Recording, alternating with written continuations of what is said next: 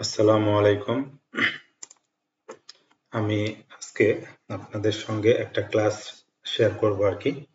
তো আমি গত একটা ভিডিওতে আপনাদের সঙ্গে শেয়ার করেছিলাম যে আপনারা যারা সিপিএসএস এবং সিএস ডাবল এ যারা পরীক্ষাটা দিবেন আর কি, যারা এপ্রিলের পরীক্ষা আর কি, মার্চের রেজিস্ট্রেশনের শেষ সময় আর কি।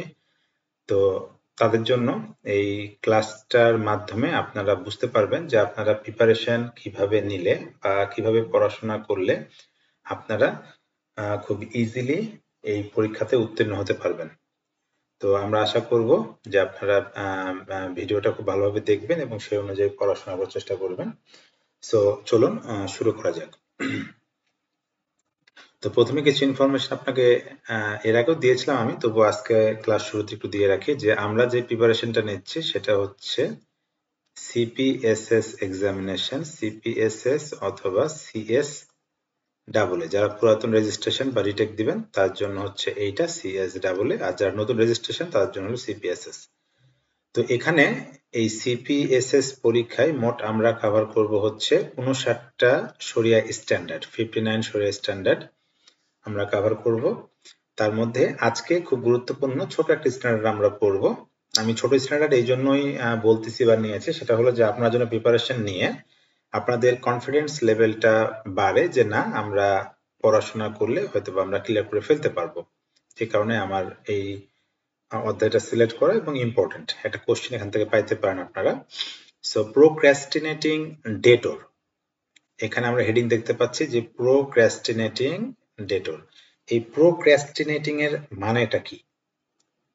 প্রোক্রাস্টিনেটিং এর মানেটা হচ্ছে আসলে আমরা গড়িমসি করা, মানে ইচ্ছাকৃত করা বা গড়িমসি করা। তো প্রোক্রাস্টিনেটিং ডেটর বা উইলফুল ডেটর যাই বলো না কেন সব সেম।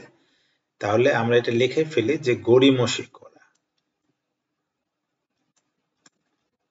তাহলে হচ্ছে গড়িমসি করা হলো প্রোক্রাস্টিনেটিং এর অর্থ। তার মানে যখন ডেটর পেমেন্ট নিয়ে গড়িমসি করে, মানে ডেটরের ক্ষমতা আছে কিন্তু ডেটর দিচ্ছে না, এই ক্ষেত্রে তাকে বলা হয় প্রোক্রাস্টিনেটিং ডেটর। সো এখানে কিছু টপিকস আমি নিয়েছি আর কি, যেগুলো করলে আপনাদের এর বাইরে আর কোশ্চেন হওয়ার চান্স নেই। আমি বাংলাতে এটা করছি, এর কারণটা হচ্ছে যে আমি প্রথমে আপনাদেরকে ইনফরমেশনগুলো দিতে চাই, আমি পরবর্তীতে আপনাদেরকে ইংলিশ ভিডিওটা থেকে রিডিং করে আমি দেখাই দিব আর কি। তো আমি শুধুমাত্র আমার আজকে এই ভিডিওটার উদ্দেশ্যটা হচ্ছে যে আমি আপনাদেরকে একটা মেসেজ দিতে চাচ্ছি যে আমরা যদি বুঝে একবার পড়াশোনা করি তাহলে আমাদের আর এটা রিভিশন দেওয়ার কোনো প্রয়োজন নেই। সো আমি যদি আপনাকে টপিকসটা বুঝিয়ে দিতে পারি আজকে, তাহলে আপনি যখন এই ইংলিশ ভার্সনটা পড়বেন তখন আপনারা পড়লে বুঝতে পারবেন যে মেসেজটা আসলে এক্সাক্ট কি দিতে চাচ্ছে আর কি। তো চলুন শুরু করা যাক। এখানে প্রথমে 1 নম্বর নোটটা আমরা নিব। এটা হয়তোবা এক্সামের জন্য খুব একটা ইম্পর্টেন্ট না, তবে আমাদের জানার জন্য খুবই গুরুত্বপূর্ণ একটা জিনিস।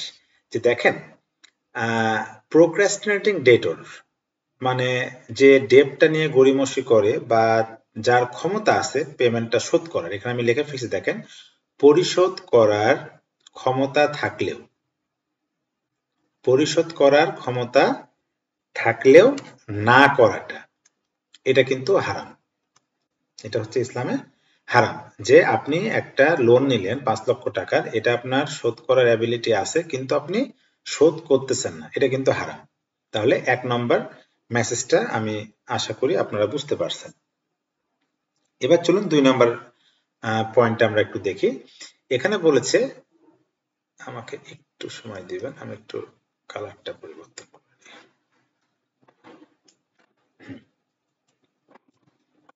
তাই 2 নম্বরটাতে কি বলছে আমরা একটু খেয়াল করি। 2 নম্বরটা আমরা দেখতে পাচ্ছি, 2 নম্বরে বলা হচ্ছে ডেটর,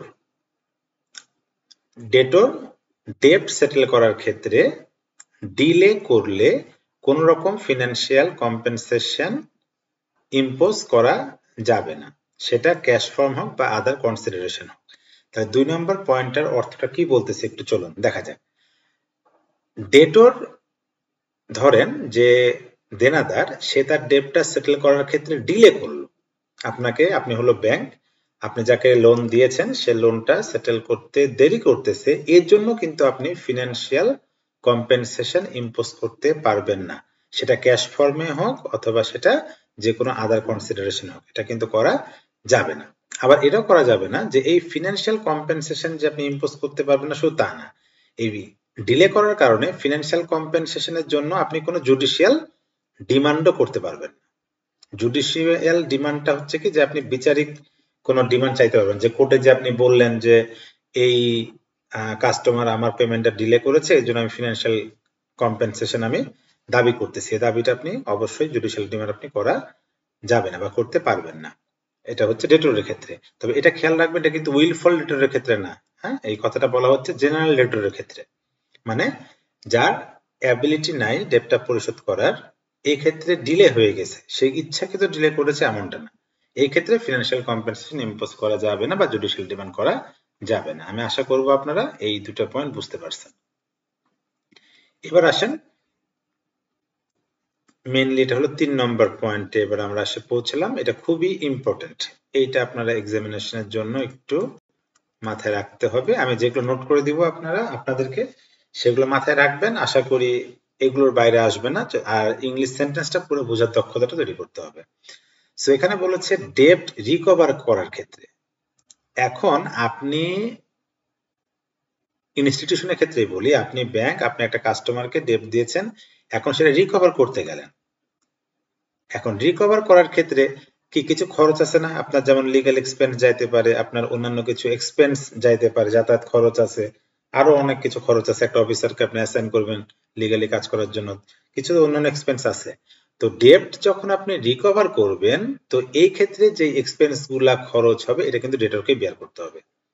তার মানে এটা ডেটরই লায়াবল থাকবে। তাহলে এটা মাথায় রাখেন। আমি আবারও বলি, ডেট রিকভারের ক্ষেত্রে যদি আপনার কোনো লিগ্যাল এক্সপেন্সেস বা আদার এক্সপেন্সেস যায়, এই এক্সপেন্স গুলা কিন্তু ডেটরই লায়াবল থাকবে, তার কাছ থেকে আপনি রিকভার করতে পারবেন।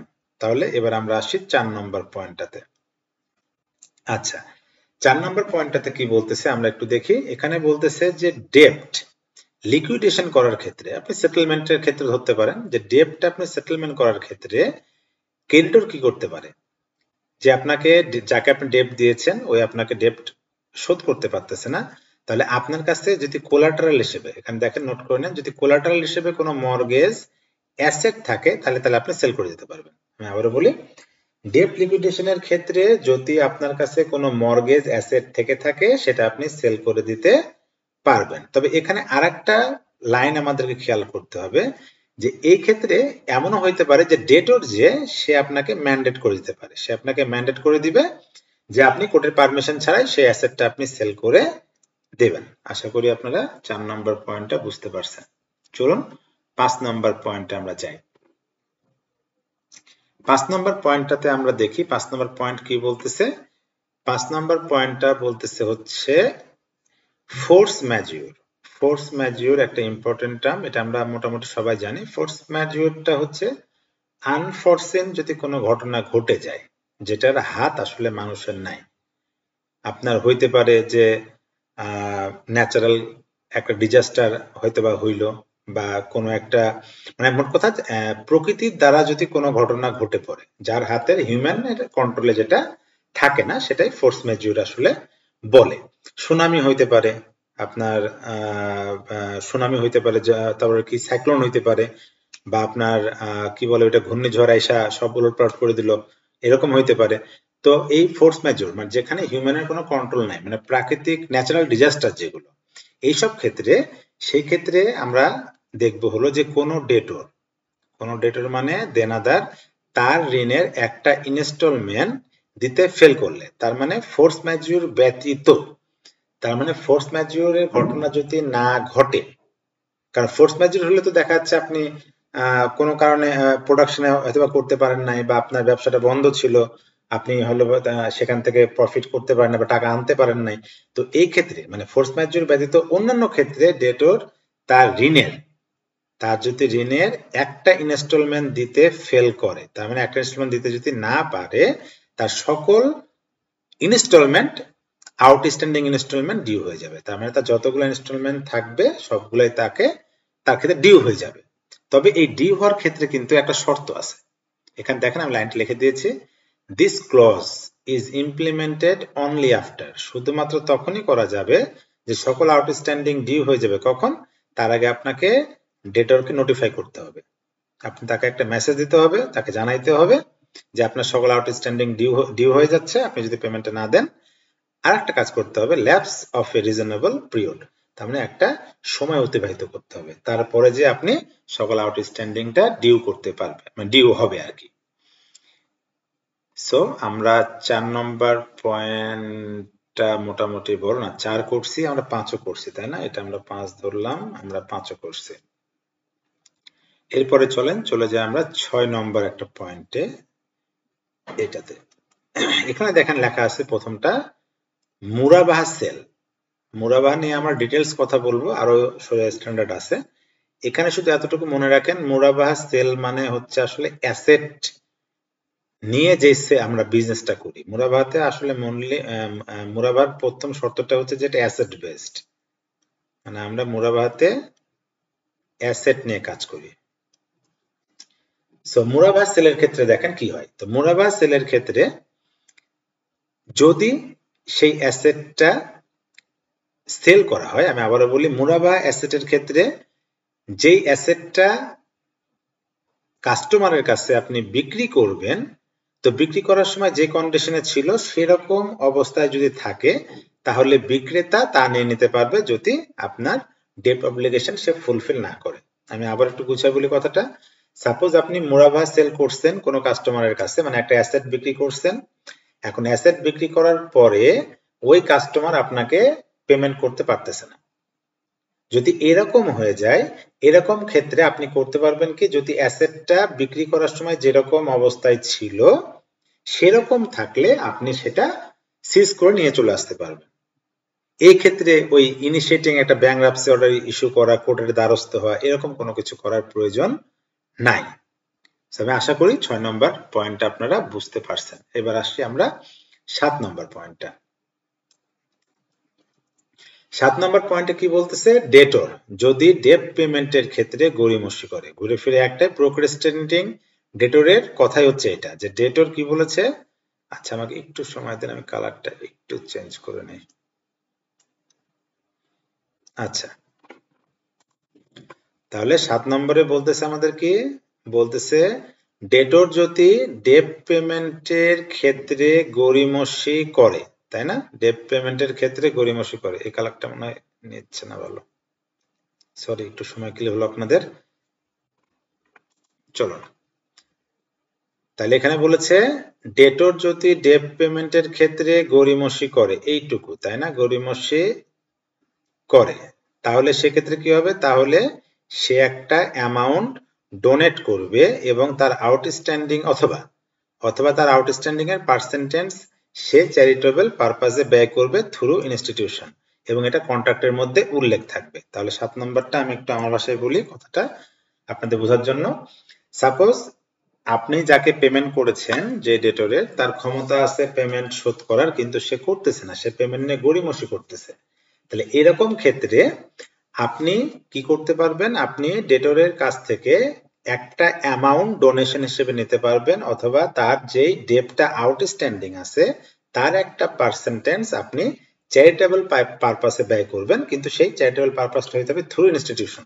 মানে আপনি যে কাস্টমার ডিফল্ট করেছে সে চ্যারিটেবল পারপাসে ব্যয় করবে না, আপনার মাধ্যমে, মানে ইনস্টিটিউশনের মাধ্যমে সে পারপাসটা সে সার্ভ করবে, এবং এটা কন্ট্রাক্টের মধ্যে উল্লেখ থাকতে পারবে। এটা হচ্ছে 7 নম্বর পয়েন্টের ব্যাখ্যাটা। এবার আসি আমি 8 নম্বর পয়েন্টটাতে। আমাদের 8 নম্বর পয়েন্টে কি বলেছে এবার একটু দেখি। যদি গ্যারান্টার এটা উল্লেখ করে না দেয় যে ডেট, এখানে একটু খেয়াল করে দেখেন, যদি গ্যারান্টার এটা উল্লেখ করে না দেয় যে ডেট সেটেলমেন্ট করার জন্য প্রথমে ডেটরের কাছে চাইতে হবে, তাহলে ক্রেডিটর তার ইচ্ছা মতো, সেটা ডেটর হোক অথবা গ্যারান্টার হোক, ডিমান্ড করতে পারবে। আচ্ছা, এই কথাটা আমি আবার আমার ভাষায় একটু বলি। সাপোজ আপনি যখন কোনো কাস্টমারকে ডেট দেন বা ইনভেস্টমেন্ট করেন, তখন আমরা কি করি, গ্যারান্টার নেই না? আমরা গ্যারান্টার নেই। তাহলে এখন যদি গ্যারান্টার এটা উল্লেখ করে না দেয়, যে ইনস্টিটিউশনের কাছে এটা উল্লেখ করে না দিল যে যদি ডেটটা ডিফল্ট হয় তাহলে আপনারা প্রথমে ডেটরের কাছ থেকে সেটা চাইবেন, এই কথাটা উল্লেখ না করে দিলে ইনস্টিটিউশন কি করতে পারে, সে যে কারো কাছে চাইতে পারে, সেটা হইতে পারে সেটা ডেটর, হইতে পারে সেটা গ্যারান্টর। 8 নম্বরের পয়েন্টটা হচ্ছে এইটা। 9 নম্বরটা সিম্পল, এটা খুব একটা বাড়াই বলবো না আমি। 9 নম্বরটা হচ্ছে অ্যাপ্লিকেবল রুল। দেখেন ডেটরের ক্ষেত্রে তো কিছু অ্যাপ্লিকেবল রুল আছে, যে সে পেমেন্ট না করতে পারলে তার এগেনস্টে হয়তো আমরা কোর্টে যাব, তার অ্যাসেট গুলো সেল করে দিব। তো অ্যাপ্লিকেবল রুলটা ডেটরের ক্ষেত্রে যা হবে গ্যারান্টরের ক্ষেত্রেও সেম হবে, এটা আমরা একটু মাথায় রাখবো। তাহলে 9 নম্বর আমাদের গেল। এবার আমরা আসি একটু 10 নম্বর পয়েন্টটাতে আর কি। সো এখানে ইম্পর্টেন্ট কিছু জিনিস আছে আমরা দেখব। প্রথমে দেখব হচ্ছে কন্ট্রাক্টস ফর কনস্ট্রাকশন। তার মানে কনস্ট্রাকশনের কোনো কন্ট্রাক্ট করলেন অথবা ইস্তিসনা, আর হলো সাপ্লাই কন্ট্রাক্টস। তাহলে আমরা কি কি পাইলাম? আমরা পাইলাম তিনটা। একটা পাইলাম হচ্ছে কন্ট্রাক্টস ফর কনস্ট্রাকশন, আমি একটু ছোট্ট করে একটু লিখি। একটা পাইলাম হচ্ছে কন্ট্রাক্টস ফর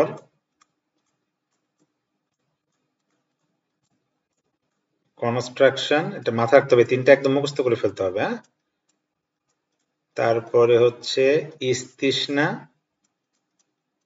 আর আরেকটা নিলাম হলো সাপ্লাই কন্ট্রাক্ট। এটা কিন্তু খুবই ইম্পর্টেন্ট, পরীক্ষার জন্য আসে। সো প্লিজ এই তিনটা একদম মুখস্থ করে ফেলবেন। আমি আবারও বলি, তাহলে প্রথমটা কি বললাম? কন্ট্রাক্টস ফর কনস্ট্রাকশন, তার মানে কনস্ট্রাকশন কন্ট্রাক্ট, ইস্তিসনা এবং সাপ্লাই কন্ট্রাক্ট। এই তিনটার ক্ষেত্রে মনে রাখবেন পেনাল্টি ক্লজ ইনক্লুড করা যাবে পারমিসিবল। এটা তার মানে আপনি যখন লোন মানে ইনভেস্টমেন্ট কন্ট্রাক্ট বা লোন কন্ট্রাক্ট করবেন এবং সেই কন্ট্রাক্টটা যদি হয় কনস্ট্রাকশন কন্ট্রাক্ট, যদি হয় ইস্তিসনা, যদি হয় সাপ্লাই কন্ট্রাক্ট, তাহলে সেই চুক্তিতে আপনি পেনাল্টি ক্লজটা ইনক্লুড করতে পারবেন। পেনাল্টি ক্লজ ইনক্লুড করা পারমিসিবল। এটা কিন্তু খুবই ইম্পর্টেন্ট, আপনারা একটু নোট করে রাখবেন, এটা খুবই ইম্পর্টেন্ট, আসার মতো না। আচ্ছা, এরপরে চলে যাই, কিছু নন ম্যাটেরিয়াল পানিশমেন্ট আছে। এই যে ডেটররা তাদের পেমেন্ট ডিফল্ট করতেছে, এর জন্য কিছু নন ম্যাটেরিয়াল পানিশমেন্ট আছে। আমি আগে পড়ে নেই, তারপর আমি ব্যাখ্যাটা করতেছি। কি বলেছে? ডেটরের নামটা আনডিজারেবল লিস্টে অথবা ব্ল্যাক লিস্টে দিয়ে দেওয়া হবে এবং ওয়ার্নিং অ্যাডমনিশন, এটা হবে অ্যাডমিশন না, এটা অ্যাডমনিশন হবে, এটা অ্যাডমনিশন হবে। আমি একটু এটা ঠিক করে দিই।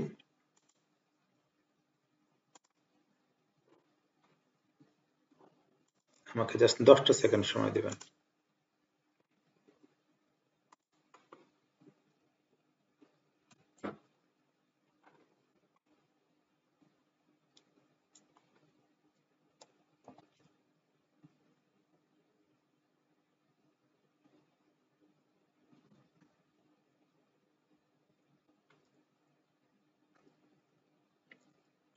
Admonition.